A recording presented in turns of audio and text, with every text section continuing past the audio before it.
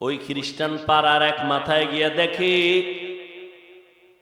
আবু আব্দুল্লাহ জুনায়েদ বাগদাদির পীর। নজর করে দেখেন গ্রামের মধ্যে একটা পানির কূপের থেকে খ্রিস্টানদের সুন্দরী সুন্দরী মেয়েরা ওখান থেকে পানি ভরে ভরে ঘরে যায়। আবু আব্দুল্লাহ 40,000 মুরিদের পীর ওখানেও দাঁড়ায় গেলেন। এক নজরে খ্রিস্টানদের ওই পানি মেয়েরা যে নিয়ে যায় সুন্দরী, এক নজরে তাকায়া থাকলেন দীর্ঘক্ষণ। শিবলিও কিছু বলে না, জুনায়েদও কিছু বলে না, না জানি বেয়াদবি হয়ে যায়। কারণ আল্লাহ আলাদের হিসাব আলাদা। এটা বড় কপাল, এই কপাল সবার হয় না। এত বড় পীর, নাম হলো আবু আব্দুল্লাহ। নাম কি? এত বড় আল্লাহর ওলি, 24 ঘন্টা তার মাথায় পাগড়ি লাগানো, হাতে তসবিহ। জুনায়েদ বাগদাদি, শুধু জুনায়েদ বাগদাদি যে কত বড় ওলি, এই ঘটনা বললে তো সারা রাত পা। কে সে জুনায়েদ বাগদাদি? শিবলিকে, তাদের ইতিহাস, তাদের আখলাক আদর্শ, এগুলি বললে রাত পার হয়ে যায়। শিবলি রহমতুল্লাহ আলাই হাঁটতেছেন, একটা গাছের নিচে বসছেন। গাছ কথা বলতেছে শিবলির সাথে। কে কথা বলে? আপনি তো সুবহানাল্লাহ বলছেন, কতজনে নাউজুবিল্লাহ বইলে বসে আছে। বলে এটা কেমনে সম্ভব? গাছ কথা বলে? আল্লাহ বলেন আমার কুদরতে সম্ভব। কার কুদরত? গাছ বলে শিবলি তুমি আমার মতো হয়ে যাও তো জান্নাত ওপেন হয়ে যাবে, সহজ তোমার জিন্দেগি হবে। শিবলি কয় তোমার মধ্যে এমন কি গুণ আছে যে তোমার মতো হলে আমার কপাল খুলবে? বলে 1 নাম্বার গুণ হলো পৃথিবীর মধ্যে আমি বড় সবরকারী, ধৈর্য ধারণ করেনেওয়ালা। বলে তার দলিল কি? বলে দেখ, আমার সামনে দিয়া যায় যেই ব্যক্তি, সে একটা আঘাত করে লাঠি দিয়া বাড়ি মারে, চামড়া কেটে নেয়। এত আঘাতের উপরে এত আঘাত, একবারও আমি কাউকে কিছু বলি না, বরং বিনয় হইয়া তারে তাজা ভিটামিন ফল দেই। আমারে এত ঢিল মারে, চামড়া কেটে নেয়, আমি কিচ্ছু বলি না, বিনিময়ে আরো কি দেই? ফল দেই। খাড়া হয়ে দেই না, নত হয়ে দেই, নে খা। শিবলিও তো সেই বান্দা। তোমার মধ্যে এত সুন্দর গুণ থাকলে আগুনে জ্বালায় কেন তোমারে? গাল ডাক দিয়ে কয় রে শিবলি, আমার মধ্যে যেমন একটা ভালো গুণ আছে, এমন একটা খারাপ গুণও আমার মধ্যে আছে। কি বলে? আমার ভেতর একটা অহংকারী ভাব আছে। আমি জন্মলগ্ন থেকে উপরে উঠতে চাই, খালি উপরে যেতে চাই, উপরে যেতে চাই, নত হতে চাই না। গাছের এই স্বভাব নাই? কই অহংকার দমনের শাস্তি আগুন। অহংকার। শিবলি বলে 2 সবক পাইলাম তোমার থেকে। 1 সবক ধৈর্য, আমি আল্লাহর কাছে চাই তোমার মতো ধৈর্য ধারণকারী হয়ে যায়। আর 1 সবক পাইলাম, অহংকারী হওয়া যাবে না। আল্লাহ অহংকার মুক্ত জীবন দান করে। হেদায়েতের মালিককে। ওই 40,000 মুরিদের পীর আবু আব্দুল্লাহ জুনায়েদ শিবলি সহ সফরে রওনা। যাইতেছে যাইতেছে যাইতেছে যাইতেছে, অনেক দূরে চলে গেলেন। হঠাৎ এক জায়গায় গিয়ে দেখে খ্রিস্টানদের বিশাল এলাকা।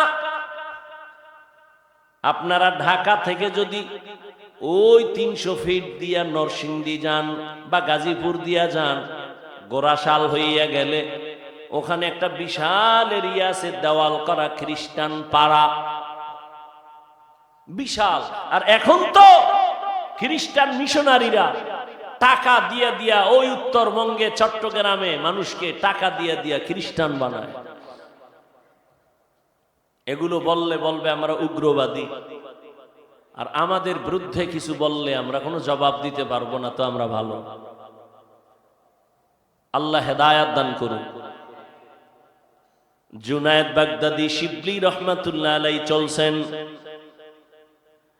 যাইতে যাইতে আবু আব্দুল্লাহ তার পীর, শুধু দুইজন না, অনেক মুরিদের একটা কাফেলা, যেতে যেতে হঠাৎ ওই খ্রিস্টানদের এলাকা পার হইতে গিয়া দেখে একটা সুন্দর একটা গির্জা দেখা যায়, খ্রিস্টানদের ইবাদতখানা। 30,000 হাদিসের হাফেজ, 40,000 মুরিদের পীর আস্তে করে দাঁড়ায় গেলেন। জুনায়েদ শিবলির কাফেলাকে বললেন, তোমরাও দাঁড়াও। খ্রিস্টানদের গির্জার দিকে এক নজরে তাকায় রইলেন, যেন কি ভাবলেন। এইবার কিছুক্ষণ দাঁড়ায় থাইকা মুরিদেরা কিছু জিগায়ও না, বেয়াদবি যদি হয়ে যায়। কতটা আদব তারা চিন্তা করে চলতেন। বলে চলো, যাইয়া কিছু দূর পরে ওই খ্রিস্টান পাড়ার এক মাথায় গিয়া দেখে আবু আব্দুল্লাহ জুনায়েদ বাগদাদির পীর। নজর করে দেখেন গ্রামের মধ্যে একটা পানির কূপের থেকে খ্রিস্টানদের সুন্দরী সুন্দরী মেয়েরা ওখান থেকে পানি ভরে ভরে ঘরে যায়। আবু আব্দুল্লাহ 40,000 মুরিদের পীর ওখানেও দাঁড়ায় গেলেন। এক নজরে খ্রিস্টানদের ওই পানি মেয়েরা যে নিয়ে যায় সুন্দরী, এক নজরে তাকায়া থাকলেন দীর্ঘক্ষণ। শিবলিও কিছু বলে না, জুনায়েদও কিছু বলে না, না জানি বেয়াদবি হয়ে যায়। কারণ আল্লাহওয়ালাদের হিসাব আলাদা। আল্লাহওয়ালাদের আল্লাহ এমন কিছু পাওয়ার দান করেন যেটা সাধারণ মানুষকে আল্লাহ দান করেন না। যেমন থানবী রহমাতুল্লাহ আলাইহির ঘটনা দেখেছি। তিনি একদিন সফরে রওনা, দেখে এক গ্রাম এলাকায় মেয়েরা পানি নেয়। একই ঘটনা, কিন্তু ওইটা এটা এক না, সেম এই লাইনে পানি নিতেছে মেয়েরা। থানবী এক নজর তাকাইলেন। দীর্ঘ টাইম তাকানোর পরে ওখান থেকে চলে গেলেন খানকায়ে ইমদাদিয়া। মুরিদদের মধ্যে গুঞ্জন শুরু হইল, হুজুর এটা করলো কি? মেয়েদের দিকে দীর্ঘ টাইম তাকায় রইল, কারণ কি? কিন্তু জিজ্ঞাসা করে না। থানবী রহমাতুল্লাহ আলাইহি বুঝতে পেরেছেন এদের অন্তরে একটু দোলা খায়। ডাক দিয়া বললেন, ও ভক্তরা, বলো কি যেন তোমাদের অন্তরের মধ্যে সন্দেহ দৌড়ায়, বলো। একজন মুরিদ ডাক দিয়া কয়, হযরত, রাস্তায় চলার পথে ওই এলাকার মেয়েদের দিয়ে তাকাইলেন কেন, বুঝলাম না। হযরত বললেন, যাও তোমরা একজন গিয়া তার বাড়ি খবর নাও, খবর নিয়ে তারপরে আবার আসো। 2-3 জন মুরিদ ওখানে গেলেন। যাইয়া দেখি ওই বাড়ির মধ্যে শুধু কান্নার আওয়াজ।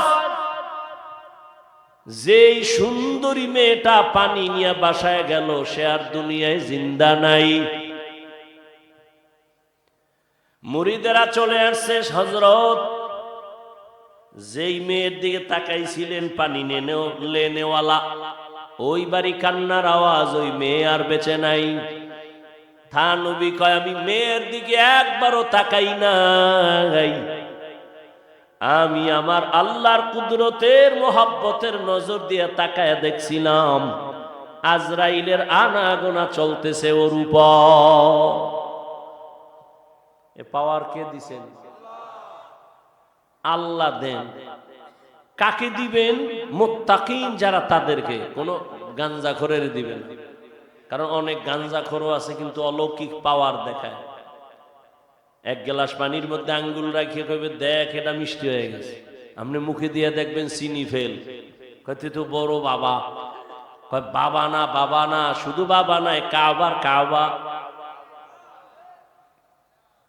ভালো করে মনে রাখবেন, অলৌকিক পাওয়ার আল্লাহ দেখাইবেন আল্লাহর প্রিয় গোলাম মুত্তাকিনদের দ্বারা।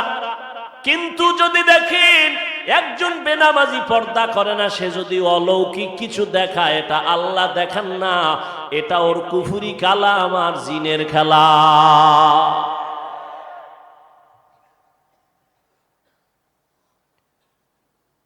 জুনায়েদ বাগদাদির কাফেলা শিবলি সহ দাঁড়ায় আছে, খ্রিস্টানদের মেয়েদের দিকে এক নজরে তাকানো। 30,000 হাদিসের হাফেজ, 40,000 মুরিদের পীর, নজর যে দিছে আর সরায় না। শিবলিকা হযরত আমাদের খানকায় কি যাবেন না? নজর ঠিক সরায় না, ইশারা দিয়ে কয় তোমরা যাও, যাও, আমি যাব না। শিবলি আতঙ্কিত হয়ে গেলেন, পাগলের মতো হয়ে গেলেন, ব্যাপার কি বুঝলাম না। হযরত আপনি যাবেন না কেন? আবু আব্দুল্লাহ ডেকে বলে ওই খ্রিস্টান মেয়েকে আমি বিয়া না করে যাব না। আরো কঠিন, ওই খ্রিস্টানের সুন্দরী মেয়েটাকে বিয়া না করে যাব না। জুনায়েদের কাফেলা পাগল, কান্না, এত কান্না, শিবলির কাফেলা কান্না করে। হযরত পায়ে হাত রেখে বলি, ইরাকের জমিনে আপনার এত সুনাম, দুনিয়ার ইরাকের সব মানুষ বিধর্মীরা আপনারে সম্মান করে, জানে আপনি একজন খাঁটি মানুষ। আজকে যদি এমন হয়, আমরা ইরাকের খানকায় কেমনে যাব আর মুখ দেখাবো? মাইয়াহদিল্লাহু ফাহুয়াল মুহতাদ ওয়া মান ইউদ্লিল ফালান তাজিদা লাহু ওয়ালিয়াম মুরশিদা। আল্লাহ তাআলা বলেন আমি যাকে হেদায়াত দিব সে হেদায়াতের দরজা পেয়ে যাবে, আর আমি যারে হেদায়াত দিব না ওই বান্দা হেদায়াত পাবে দূরের কথা, কোনো মুরব্বী কোনো মুর্শিদও তালাশ করে পাবে না, অভিভাবকহীন হয়ে যাবে। এরে নবীর আশিক উম্মতের দল, জুনায়েদের কাফেলা শিবলি সহ কান্নার আওয়াজ, তবে বেয়াদবি করে না, কারণ আল্লাহওয়ালার অন্তর যদি একটু কষ্ট পায়, না জানি বেয়াদবির কারণে ধ্বংস চলে আসে। লিকুল্লি শাইইন জিনাতুন ফিল ওয়ারা ওয়া জিনাতুল মারই তামামুল আদাবি। আজ খোদা খাহি মে তৌফিক আদব, বেআদব মাহরুম গাশত আজ ফজলে রাব। এই জন্যই তো আল্লাহ বারবার বলে আমাকে ভয় করো, কারণ একটা সন্তান যখন মা বাবাকে ভয় করে চলবে, মা বাবার সামনে অন্যায় করবে না। এই সামবারা, একটা শিক্ষকের ছাত্র যখন ভয় করে চলবে, তখন ওই ছাত্র ওস্তাদের সামনে অন্যায় করতে পারে না। যেই মানুষ আমার আল্লাহর আযাবের ভয় নিয়ে চলবে, ওই বান্দা গলায় ছুরি লাগাবে, গালের মধ্যে কখনো অস্ত্র লাগাবে না। हर के दारत खौफे हकदार दिल मदाम জান্নাতুল মাওয়া দেহাদ ওরা মাকাম। এজন্যই তো যে আয়াত আমি পড়েছি, আল্লাহ বলেন আমাকে ভয় করো। শুধু কি মুমিনকে বলেছেন? আল্লাহ পাক নবী যার কোনো গুনাহ নাই তাকেও বলেন, ইয়া আইয়ুহান নাবিয়্যুত্তাকিল্লাহ ওয়া লা তুতিইল কাফিরিনা ওয়াল মুনাফিকিন। আপনাদের কষ্ট হইলে মোনাজাত দিয়ে দিব, কিন্তু ডিস্টার্ব করবেন না, নিজের ক্ষতিও করবেন না, অন্যের ক্ষতি করারও অপচেষ্টা করবেন না। মানুষ পুলিশে ধইরা থানায় নিয়ে বেতের বাড়ি দেয়, কাঁদে না। আর বেহেশতের বাগানে আল্লাহর প্রিয় ওলিরা বয়ান করেন আর মানুষ কাঁদতে থাকে, ওরে মারে কে? থানায় পুলিশ আসামি নিয়ে বেতের বাড়ি দেয়, চোখে পানি নাই, আর আল্লাহ ওয়ালাদের মজলিসে বসে মানুষ কাঁদতে থাকে, ওরে মারে কে? বড় কঠিন বিষয়। পাথরওয়ালা দিল হয়ে গেল, চিন্তা নাই কয়দিন এই দুনিয়ায় থাকবো। অসুস্থ মানুষটারে ডাক্তার বলে যা চায় দিয়ে দেওয়ার, বেশি দিন বাঁচবে না। কিন্তু বহু অসুস্থ মানুষ এখনো আছে, সুস্থ মানুষ তার সামনে থেকে চলে গেছে। এরকম হয় না? কয়দিন আর জীবনের বাহাদুরি করবা? আল্লাহর মোহাব্বত অন্তরে নিয়ে, আল্লাহর ভয় অন্তরে নিয়ে চলো রে আল্লাহর গোলাম। আল্লাহ বলেন আমাকে ভয় কর, জবানটারে হেফাজত করো, আমি আল্লাহ এর বিনিময়ে তোমার সব আমল কবুল করে নিব, জীবনের সব গুনাহ মাফ করে দিব। যারা আল্লাহ এবং রসুলের অনুসরণ করবে তারা বিনা হিসাবে জান্নাতে যাবে। এরে আল্লাহর গোলাম, আল্লাহ পাকের কুদরত। কত মা বাবায় সন্তানের দ্বীনের পথে নিতে চায়, মা বাবায় চায়, সন্তান চায় না। আবার অনেক সন্তান দ্বীনের পথে চলতে চায়, মা বাবা রাজি হয় না। সেদিন একটা ছেলে এসে কান্না করলো, হুজুর একটু দোয়া করবেন আমার মা বাবার জন্য। আমি যে একটু দাড়ি রাখছি, নামাজ পড়ি, আমার মা বাবা আমারে ভালো নজরে দেখে না। কেমন মা বাবা? এরে আদর্শ নগরের মুসলমান, দুনিয়া থেকে তো বিদায় হয়েই যাবা, কি রেখে যাইতেছ?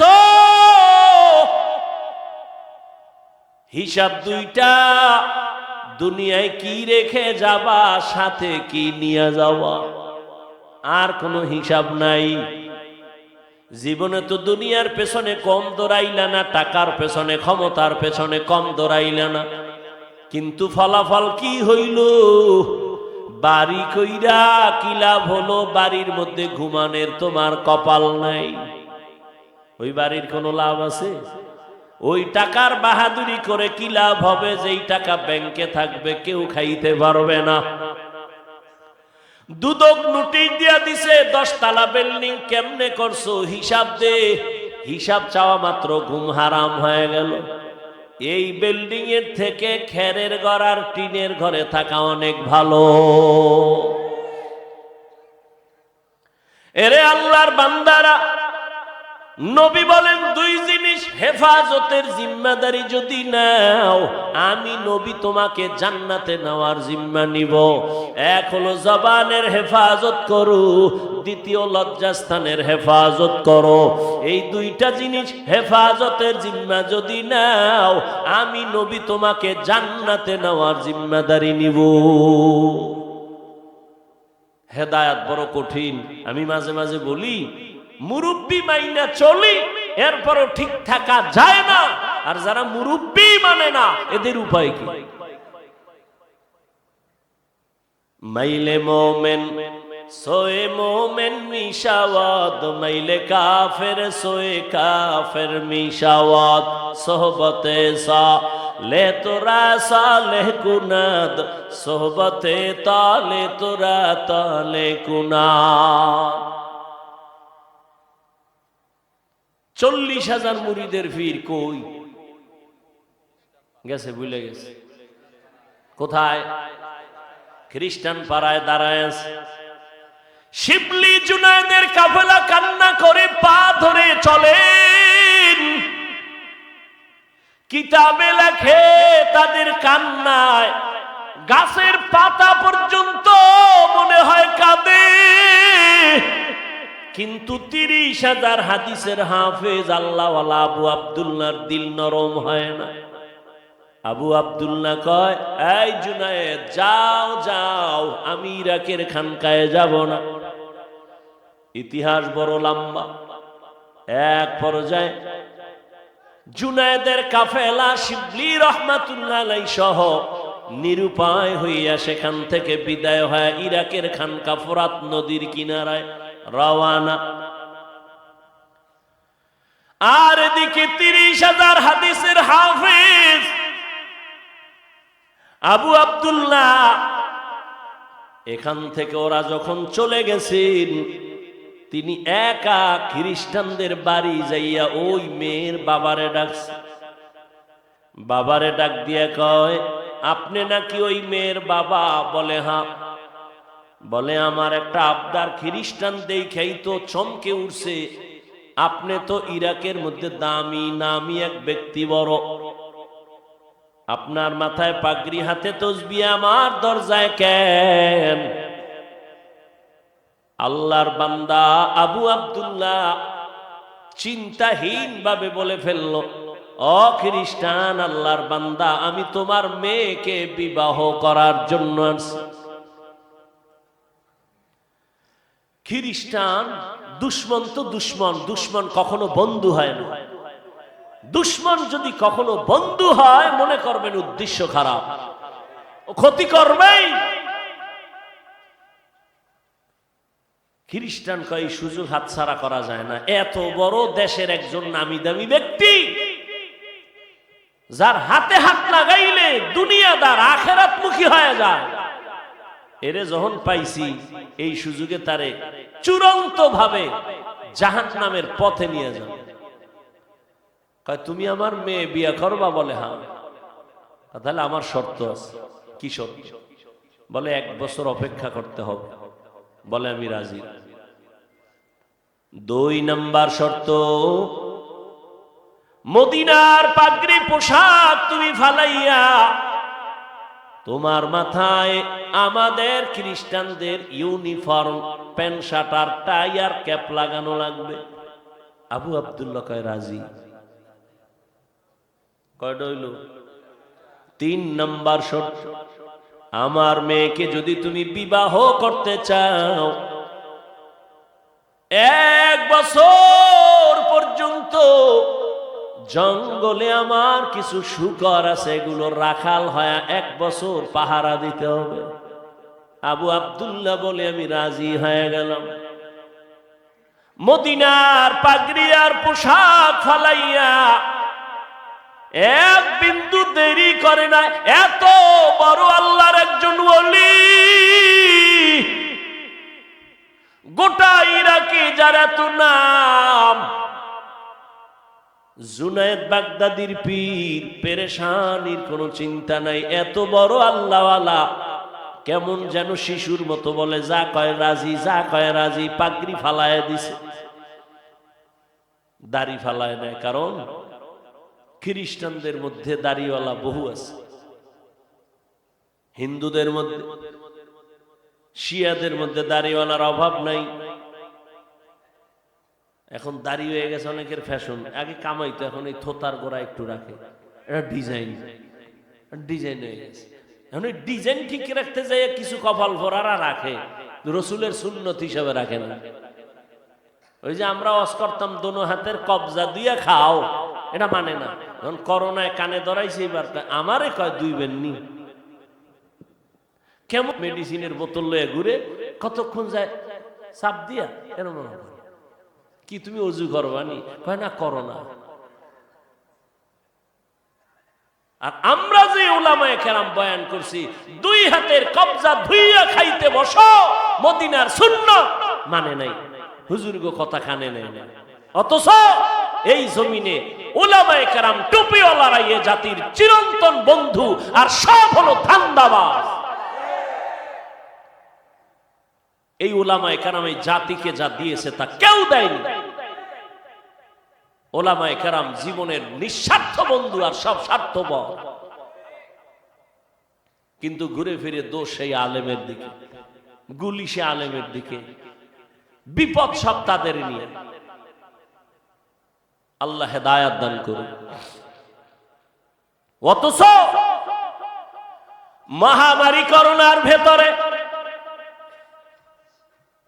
ট্রিপল মাস্ক লাগাইছে, মরবে না তিনটা। এইরকম দুই কুলাঙ্গার ছেলে বাবারে ধরছে করোনায়, মইরেই গেছে। আর এই কুলাঙ্গার শিক্ষিত দুই ছেলে বাবার লাশটার এলাকার গরিবের টাকা দিয়ে রাস্তায় ফেলায় দাও, তো দিছে, জানালা আটকায় দিছে। বাবার লাশের জানাজা হলো না কুকুরে খেলো, আর দেখে নাই। ইতিহাস ভুলে যায় না জাতি। যুবক, সেই করোনার লাশ একটা না, শত শত লাশ আমার দেশের টুপিওয়ালারা উলামায়ে কেরাম কাঁধের মধ্যে নিয়ে গোসল করায়া, কাফন পরায়া, জানাজা পড়ায়া কবরে রেখেছেন। একজন হুজুরও করোনায় মরে নাই। এই জাতিকে এই আলেমরা যা দিয়েছে কেউ দেয়নি। হ্যাঁ, তুমি বলবা আমাকে টিনের বাড়ি দিছে, আমাকে টাকা দিছে। আমি বলবো 5,000 টাকা দিলে তোমাকে 5 লাখ টাকার ধান্দায় পেরেশানিতে ফেলে তোমাকে ফকির বানায়। দেখো না, লোন আর কিস্তি দিতে দিতে মইরা গেছে, লাশের জানাজা হয়ে গেছে, কবরের সামনে দাঁড়ায় গেছে, লাশ নেওয়া যাবে না ভেতরে, কিস্তি দাও। আল্লাহ হেদায়াত দান করুন। আমাদের দেশের এক বেচারা চিনি না, জীবনেও 3 বার মাদ্রাসা আইয়া খালি ঘুরে দেখা টাক্কা করে। আমি দেখি লোকটা খুব ঘুরে, একটা গেঞ্জি পরা লম্বা মানুষ। তো একদিন ডাকলাম এদিকে, ভাই কোথার থেকে? আমি থাকি এখানে, এই যে রূপগঞ্জ থানা, বাড়ি আমার পটুয়াখালী। তো এই 3 বার আসতেছেন, কি চান? আপনার সাথে একটু স্পেশাল পার্সোনাল কথা বল। তো বললাম আসেন, বলেন। কথা বলে না, কাঁদতেছে। আমি বললাম বলেন কি সমস্যা?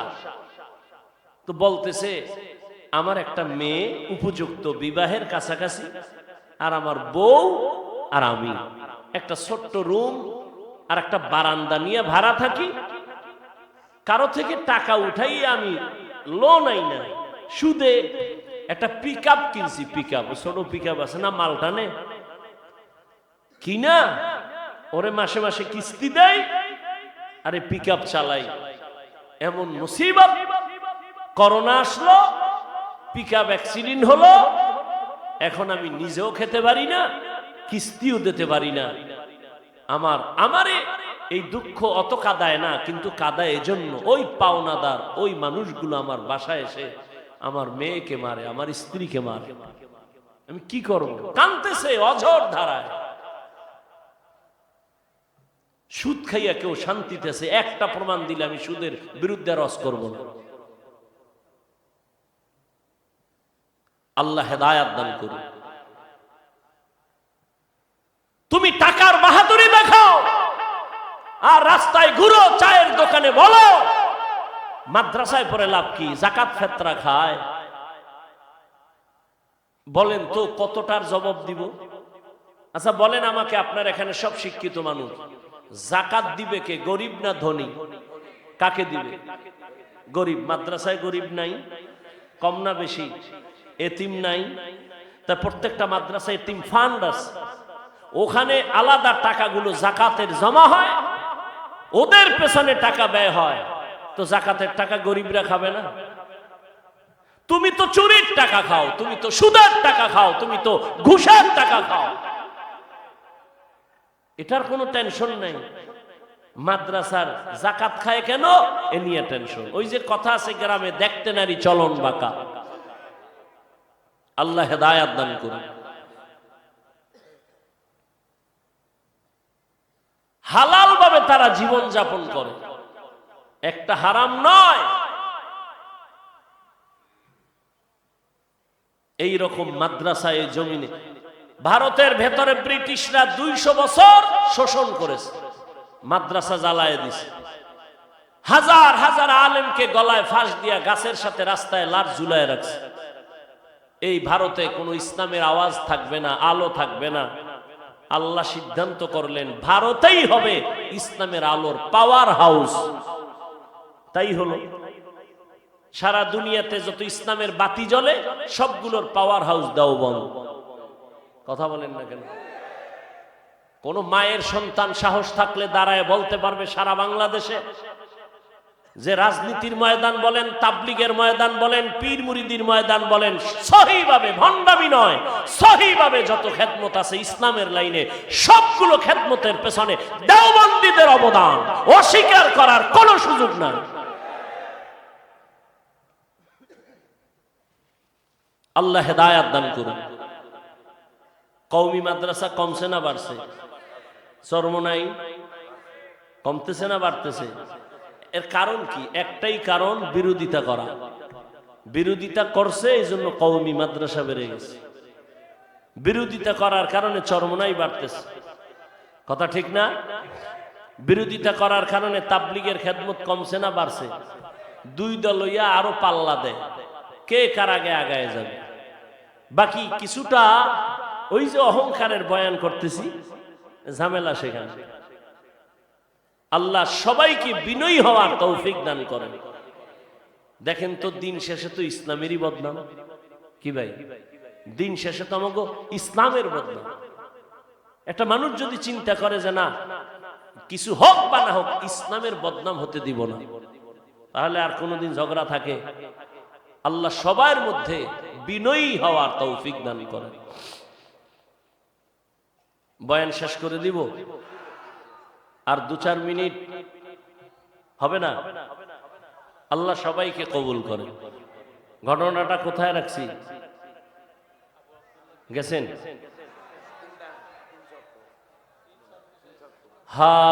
রাজি হয়ে গেছে। 1 বছর কি রাখতে হবে? জঙ্গলে শুকর, পাগড়ি ফালায় দিছে, জামা ফালায় দিছে, শার্ট প্যান্ট টাই ক্যাপ লাগাইয়া লাঠি একটা হাতে নিয়ে জঙ্গলে যায়, শুকরের রাখাল হয়ে সারা দিন থাকে। 1 মাস, 2 মাস, 3 মাস, 4 মাস, 6 মাসের উপরে ইরাকের সেই খানকা থেকে জুনায়েদার শিবলির কাফেলা আবার রওয়ানা। আমাগো শায়েখের খবর কি? তারা যে কোনদিন এটা কারোর বলেও নাই, ওইখানকায় যে কানতেছে, আল্লাহ যাদের দ্বারা দিন পাইলাম তাকে তুমি দিনের দিকে ফিরায় দাও। আর আপনি কি করতেন? বয়ান কইরা নামার আগে ফেসবুক গরম, নামতে পারি না, এর মধ্যে গরম হয়ে গেছে পুরা দেশ। কি এহেনতি একজন ইনজেকশন মেরে দিছে, দিয়া সে মনে করে আমি কামিয়া। আল্লাহ হেদায়াত দান করুন। আলেম ওলামাদের বদনাম যারা লেখে, যা বলে, সে যে লাইনের আলেম হোক, মূলত শেষ সময় যে হিসাব হয় ইসলামের বদনাম। অতএব এই দিক নিয়ত করে চিন্তা করে এরপরও যারা বিরোধিতা করে, আমি সারা বাংলাদেশে বলি, এরা মা বাবার সুন্দর আদরের সন্তান না, অভিশপ্ত সন্তান। আল্লাহর বান্দা 1 বছরের নিয়তে শুকর রাখতেছে, আর ওইদিকে জুনায়েদের কাফেলা রওনা হয়ে গেছে। আমাদের শায়েখের কি খবর? বিশাল কাফেলা নিয়া ওই খ্রিস্টান পাড়ায় আইসা খবর নিতেছে, আমাদের আবু আব্দুল্লাহ পীর সাহেবের আপনারা চিনেননি? কেউ বলে চিনি, তবে তারে দেখি নাই। ঘুরতে ঘুরতে ঘুরতে ঘুরতে একজন থেকে খবর জানলো, তিনি জঙ্গলে এক বুড়া মানুষ, সাদা দাড়িওয়ালা, মাথায় ক্যাপ লাগানো, প্যান্ট শার্ট লাগানো, জঙ্গলে শুকরের রাখাল হয়ে কাজ করে। জুনায়েদের কাফেলা শিবলি রহমাতুল্লাহ আলাই সবাই জঙ্গলের দিকে রওয়ানা। জঙ্গলের ভেতরে গিয়া কিছু দূর ভিতরে গিয়া দেখে ঠিক একটা গাছের ছায়ায় ওই ক্যাপ লাগানো সাদা দাড়িওয়ালা একটা হাতে লাঠি নিয়ে দাঁড়ায় আছে, সামনে শুকর। জুনায়েদের কাফেলা হাঁটতেছে, সামনে যায়।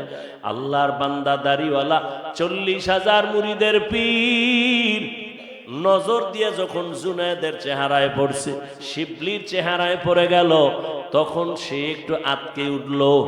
এবার ওখানে দাঁড়ানো জুনায়েদের কাফেলা শিবলি রহমাতুল্লাহ আলাইহি সহ কাছে গিয়া দাঁড়ায়া সালাম দিলেন, সালামের জবাব নিলেন না। এবার বললেন, হযরত আর কতদিন আমরা নিরুপায় হয়ে গেলাম, আপনার মাধ্যমে দ্বীনের আলো পেয়েছি, চলেন আমাদের খানকায়। ইরাকের মানুষগুলো বহুদিন আপনাকে দেখে না, চলেন। এইভাবে বলতে বলতে শুনে না, না যাও যাও, আমি 1 বছর পর এখান থেকে যাব।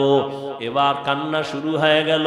কিতাবের মধ্যে লেখে এমন কান্না শুরু হয়ে গেল জুনায়েদের কাফেলা, এই পরিমাণ কান্নার আওয়াজ, শুকরগুলো চোখের পানি ছেড়তে কাঁদতেছে, গাছের জঙ্গলের পাতা থেকে পানি ঝরতেছে।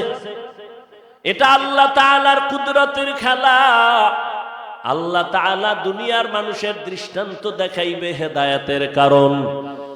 আল্লাহর বান্দাদের এত কান্না, এত কান্না, এত কান্না, আবু আব্দুল্লাহর দিলটা নরম হয় না। শুকর কান্না অবস্থা, গাছের পাতা নরম হয়ে গেছে, কিন্তু আবু আব্দুল্লাহর চোখ নরম হয় না, দিল নরম হয় না।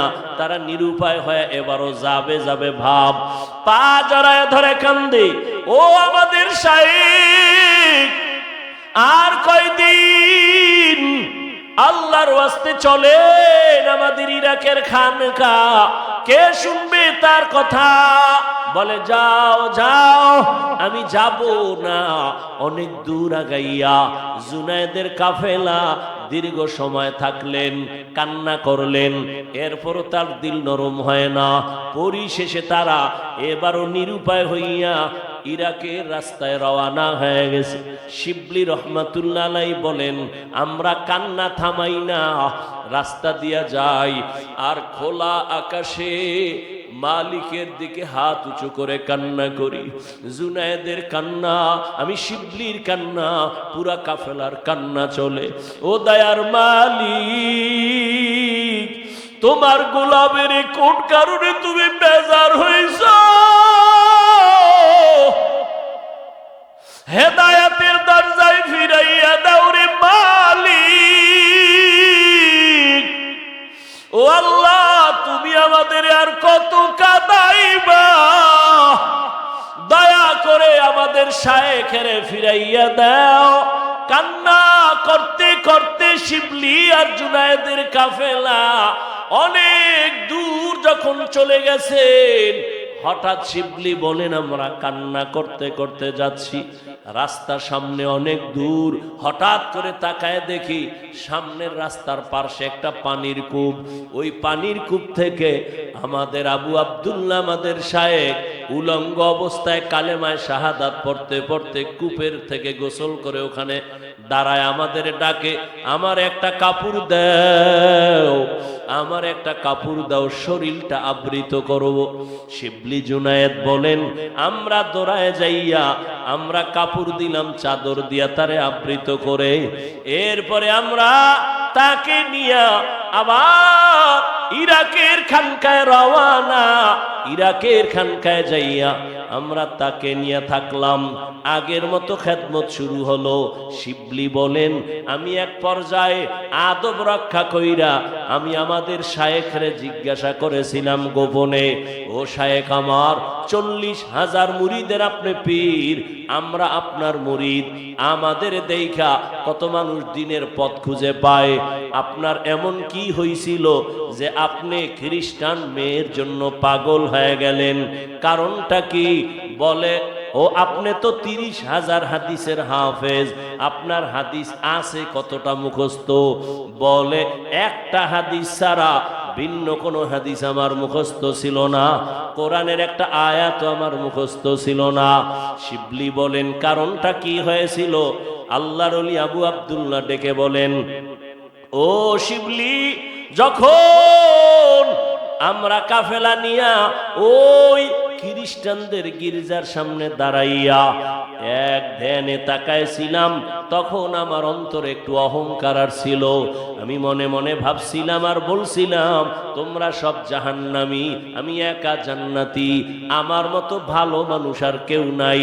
এই ভাবনাটা ভাবতে না ভাবতে হঠাৎ আমি তাকাইয়া নজর করে দেখলাম, আমার এই বাম দিক থেকে, এখানেই তো কলব, এখান থেকে একটা নূরের আলো বের হয়ে গেল।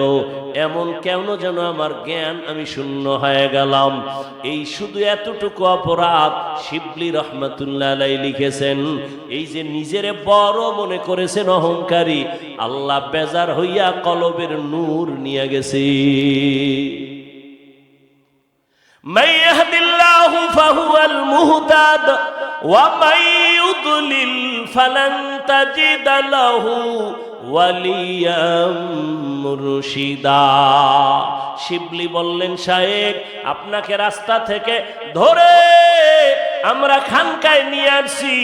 আপনি তো খ্রিস্টান মেয়েটাকে বিবাহ করার জন্য আপনি তার বাড়ি গেছেন। বলে, হ্যাঁ। বিবাহ কি হইল? কয়, না, হয় নাই। 1 বছরের টাইম দিছে তারে আমাকে বিয়া দেওয়ার ক্ষেত্রে, এর আগে দিবে না। আমি এখনো পারি নাই, 1 বছর টাইম তো হলো না। আল্লাহ আমাকে আবার এই খানকায় ফিরায় দিছেন। আল্লাহর কাছে হেদায়েতের দোয়া করো, আল্লাহ পাক রব্বুল আলামিন যেন এই হেদায়েতের উপরে মজবুতি অর্জন করার তৌফিক দান করে। এদিকে আল্লাহ তাআলা কয়, এরে আবু আব্দুল্লাহ, যেই মেয়েটাকে তুই নেওয়ার জন্য পাগল, ওই মেয়েটাকে তুই নিবি হারাম ভাবে না। আমি আল্লাহ তোর জন্য হালাল পন্থায় রাস্তা খুলে দিতেছি, রাস্তা খুলতেছি হালাল ভাবে। তবে দুনিয়ায় না। খবর আসতেছি, খানেকা ফোরাত নদীর কিনারায় কোন একজন মহিলা যুবতী মেয়ে পর্দা রক্ষা করে বারবার বাহক পাঠাইয়া বলে, তোমাদের খানকার পীর আবু আব্দুল্লাহ জুনায়েদের পীর, আমি আসছি বহু দূর থেকে, আমার সাথে একটু কথা বলবে কিনা বলো। বারবার আসতে সে জুনায়েদ ফিরায় দেয়, শিবলি ফিরায় দেয়, আমাদের শায়েখ কোনো বেপর্দা নারীর সাথে কথা বলবে না। একবার যায়, একদিন, 2 দিন, 3 দিন, ওই মেয়েটা যায় না, বলে না আমি তার সাথে কথা বলবোই। শিবলির কানে বারবার আসার পরে হযরত আবু আব্দুল্লাহর কাছে গিয়ে একটু পরামর্শ চাইলেন। এই হালাত হযরত, ভয় পাই না জানি আবার ঝামেলা হয়। আগে তার ঠিকানাটা নেও। ঠিকানা যখন নিয়ে আসছে, তখন দেখে যেই মেয়েটারে বিয়া করার জন্য মদিনার পোশাক ফালাইছি, ওই খ্রিস্টান মেয়েটা তার খানকার ওই দূরে দাঁড়ায়া কথা বলার অপেক্ষায় আছে। মেয়েটা প্রস্তাব দিয়েছে, হযরত যদি বেয়াদবি না নেন, আমি নতুন ভাবে তার কাছে কালেমা পড়ে মুসলমান হতে চাই। এরে পর্দার আড়ালের আম্মা জান, ধন্য আপনাদের জীবন।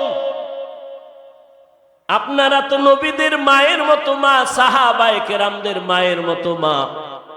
এত নেয়ামত আল্লাহ আপনাদের দান করেছেন। এই দুনিয়ায় যত ভালো সন্তান আছে, আপনাদের অবদান। এরে আম্মা জান, আপনারা তো খাদিজা রাদিয়াল্লাহু তাআলা আনহার মতো নারী, ফাতেমা রাদিয়াল্লাহু তাআলা আনহার মতো নারী, খাদিজা রাদিয়াল্লাহু তাআলা আনহার মতো নারী। আপনারা তো ইসমাঈল নবীর মা হাজেরা আলাইহিস সালামের মতো নারী। আপনারা তো ঈসা নবীর মা মারইয়াম আলাইহিস সালামের মতো নারী। এরে আম্মা জান, এই দুনিয়ায় আল্লাহর বড় দুশমন ফেরাউন, তার স্ত্রীর নাম কি জানেননি? আসিয়া। ওই আসিয়া এত বড় বেঈমানের ঘরে থাইকাও আল্লাহর পেয়ারা হয়ে গেলেন। রহমতের নবী বলেন, কিয়ামতের দিন জান্নাতে আসিয়ার সাথে আমার বিবাহের ব্যবস্থা হয়ে যাবে। এরে আম্মা জানেরা, হেদায়েতের মালিক আমার আল্লাহ। আল্লাহ সন্তান দিয়েছেন, একটা সন্তানকে কি পারলেন না আদর্শওয়ালা বানাবেন? আমি আপনাদের একবারও বলি নাই, বলবো না যে ছেলেটারে আপনি হুজুর বানায় দেন, ডাক্তার বানাইলে জাহান্নামে যাবেন, বলবো না। বরং আপনার ছেলেকে ডাক্তার বানান, ইঞ্জিনিয়ার বানান, প্রফেসর বানান, জানি না, তবে আমার দাবি বেয়াদব বানাবেন না। আদর্শ ডাক্তার হবে, ধন্য হবে আপনার জীবন। আদর্শ ইঞ্জিনিয়ার বানাবেন, কোনদিন যেন আপনার সন্তান মা বাবার সাথে অন্যায় করে না, আলেমের সাথে বেয়াদবি না করে, পীর মাশায়েখের সাথে কখনো যেন বেয়াদবি না করে, শিক্ষকের সাথে যেন বেয়াদবি না করে। আল্লাহর বান্দি যখন প্রস্তাব দিল আমি তার হাতে মুসলমান হতে চাই, আল্লাহর ওলি ফিরায় দেওয়ার তো কোনো সুযোগ নাই। একজন বিধর্মী যদি জান্নাতের পথে যেতে চায় তাকে বাধা দেওয়া যাবে না। তবে তারে আগে জিগাও আমার খানকার ঠিকানা পাইলো কেমনে। মেয়েটারে ডাকলো, জিজ্ঞাসা করা হলো, এই আল্লাহর বান্দি তোমার বাড়ি বহু দূর, তুমি এখানে কেমন করে আসছো?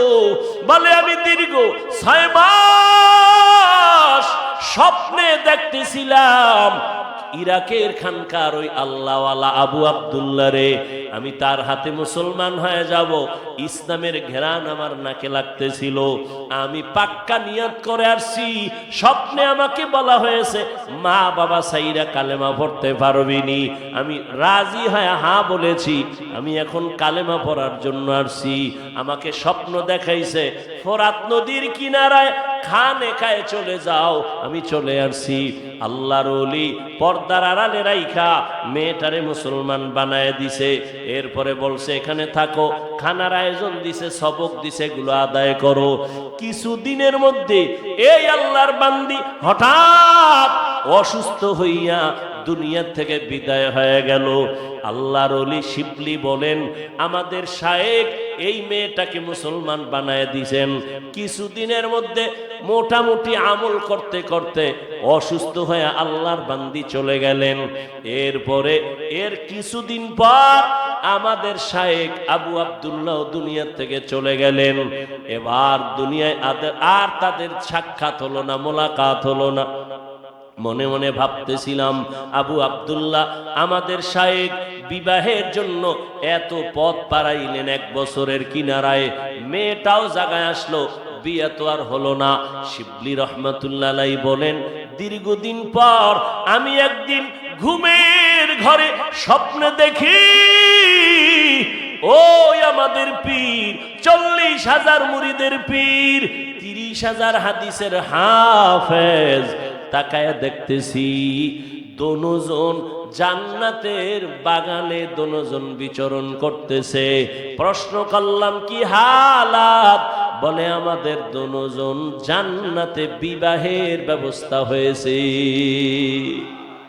আউলিয়ারা কারে উকবা ইখতিয়ার, জাহেলারা কারে দুনিয়া ইখতিয়ার, মাইলে মোমেন সোয়ে মোমেন মিশাওয়াত, মাইলে কাফের সোয়ে কাফের মিশাওয়াত। এরে আল্লাহর বান্দারা ও পর্দার আড়ালের মা বোনেরা, কয়দিন আল্লাহকে নিয়ে কবরের দিকে যান।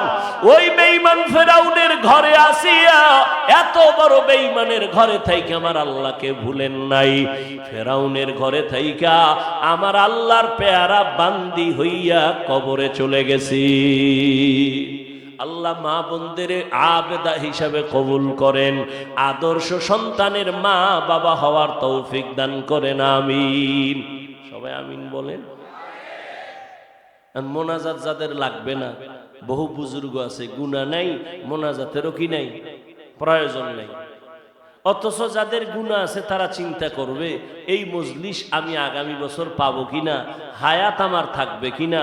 আজকে পাইলাম, মা বাবার জন্য একটু দোয়া করে যাই। কি মা বাবার জন্য দোয়া করে যাবেন? মিথ্যা বললেন না, সত্য বলেন, যাবেন? মা বাবার জন্য কি একটু দোয়ার প্রয়োজন আছে? কারা কারা যাবেন দোয়া করে? আল্লাহ সবাইকে কবুল করে। মা বাবার দোয়া আপনি একা একা করবেন, কবুল হওয়ার গ্যারান্টি আছে?